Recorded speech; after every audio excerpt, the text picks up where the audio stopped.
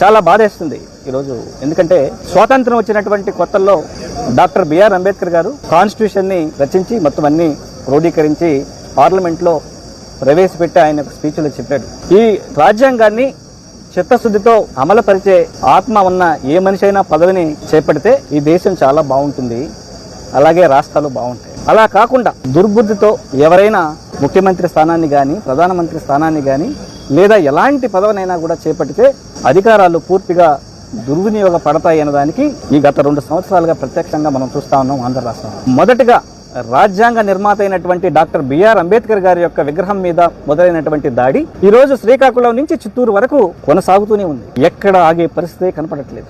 దీనికి సంబంధించి వైఎస్ఆర్ కాంగ్రెస్ పార్టీ అలాగే ఎస్సీలకి ఎస్టీలకి అండగా పలు పోరాటాలు చేస్తూ ఉంది వైఎస్ఆర్ కాంగ్రెస్ పార్టీ అధ్యక్షులు వైఎస్ జగన్మోహన్ రెడ్డి గారి యొక్క అధ్యక్షతన. ఢిల్లీ నుంచి ఢిల్లీ వరకు పోరాటం చేస్తూ ఉన్నా కూడా ఈరోజు పదవుల్లో ఉన్నటువంటి వ్యక్తుల యొక్క చిత్తశుద్ధి లేనితనం వల్ల ఈరోజు రాజ్యాంగం అమలు పరచడం లేదు.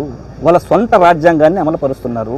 ఈరోజు చరిత్రలో ఎప్పుడు లేనటువంటి విధంగా మన రాష్ట్రంలో లాకప్ డెత్తులు జరుగుతూ ఉన్నాయి. మీడియా మరియు రాష్ట్ర ప్రజలే దీని అందరికీ సాక్షి. అలాగే ఎవరైనా దెబ్బలతో గాయాలతో పోలీస్ స్టేషన్కి వెళ్తే మీరు ఏ పార్టీ మీరు ఏ కులం అడిగే పరిస్థితి ఈరోజు రాష్ట్రంలో ఉంది. అయ్యా న్యాయం చేయండి అయ్యా బాబు అని అంటే మీరు ఏ పార్టీ ఏ కులం అంటే ఇది ఎక్కడ చూద్దామని వైఎస్ఆర్ కాంగ్రెస్ పార్టీ నుంచి ప్రశ్నిస్తాం. ఈరోజు దెబ్బలతో పోయినటువంటి వ్యక్తులనే కేసులు పెట్టి లోపలేసే పరిస్థితి, హాస్పిటల్లో ఉన్న వదిలే పరిస్థితి కనపడట్లేదు. చాలా దారుణంగా రాష్ట్రంలో శాంతి భద్రతలు అయితే చాలా అధోగతి పాలైండే. దానికి కేంద్ర ప్రభుత్వం రిలీజ్ చేసినటువంటి గణాంకాలే సాక్ష్యం. ఈరోజు శాంతి భద్రతల విషయంలో 26వ స్థానంలో మనం ఈ దేశంలో ఉన్నాము అని అంటే ఇది మనం ఏ డైరెక్షన్లో వెళ్తున్నాం అనేది ప్రజలందరూ ఒకసారి గమనించాలి. ఈరోజు పేదలు కట్టుకుని ఇళ్లు కొట్టేస్తున్నారు, వాళ్ళు కేసులు పెట్టే పరిస్థితి లేదు, వాళ్ళకి న్యాయం జరిగే పరిస్థితి లేదు ఈ ప్రభుత్వంలో. ఈరోజు లాకప్ డెత్తులు జరుగుతున్నా కూడా వాళ్ళకి న్యాయం చేసే పరిస్థితి లేదు. ఏదన్నా కమిషన్ నుంచి ఏదైనా ఎంక్వైరీ రిపోర్ట్ అయితే తిరిగి కమిషన్లకి ఆ ఎంక్వైరీ రిపోర్ట్ పంపించే పరిస్థితి ఈ రాష్ట్రంలో లేదు. ఏమంటే మేమంతా కూటమి ప్రభుత్వం అంతా కలిసికట్టుగా ఉన్నాం, అందరం కలిసికట్టుగా దళితులని అలాగే ఎస్టీలని బీసీలని అణిచివేస్తామనే దూరంలో ప్రభుత్వాలు వ్యవహరించడం చాలా దుర్మార్గమైనటువంటి చర్య. ఈరోజు కమిషన్లన్నీ కూడా వెన్నుముకలేని కమిషన్లాగా తయారైండాయి.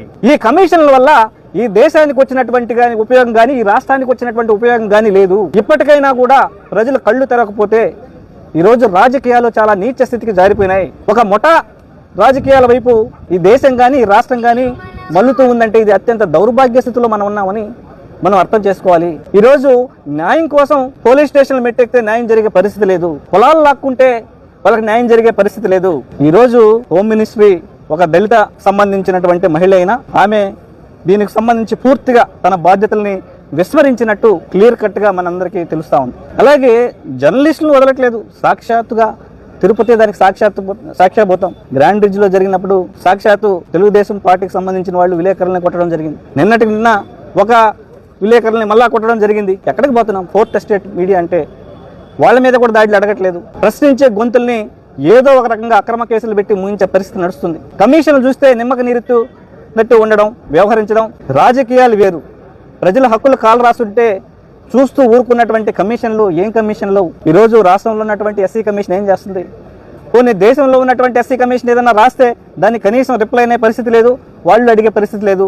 అంతా వెన్నుముకలేని వాళ్ళుగా తయారైండారే కానీ ఈరోజు ఇట్లాంటి పాలకుల వల్ల దళితులకు జరుగుతున్నటువంటి న్యాయం ఏంటని వైఎస్ఆర్ కాంగ్రెస్ పార్టీ నుంచి సూటిగా ప్రశ్నిస్తా ఉన్నాం. అటు ఢిల్లీ వేదికగా ఇటు రాష్ట్రం వేదికగా ఎత్తున్నా కూడా కమిషన్ల నుంచి ఆశించినటువంటి ఫలితాలు రావట్లేదు. ప్రజాస్వామ్యం పూర్తిగా మంట కలిసే దిశగా ఈరోజు నడుస్తూ ఉంది.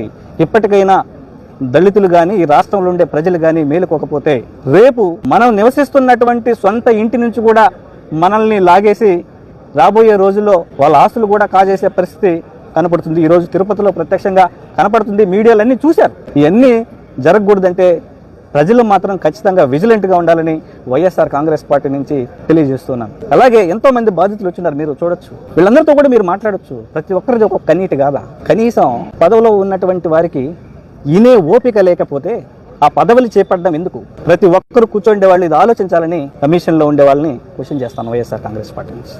మరిన్ని వీడియోస్ కోసం మన సిద్ధం స్టూడియోస్ ఛానల్ సబ్స్క్రైబ్ చేయండి. జై జగనన్న.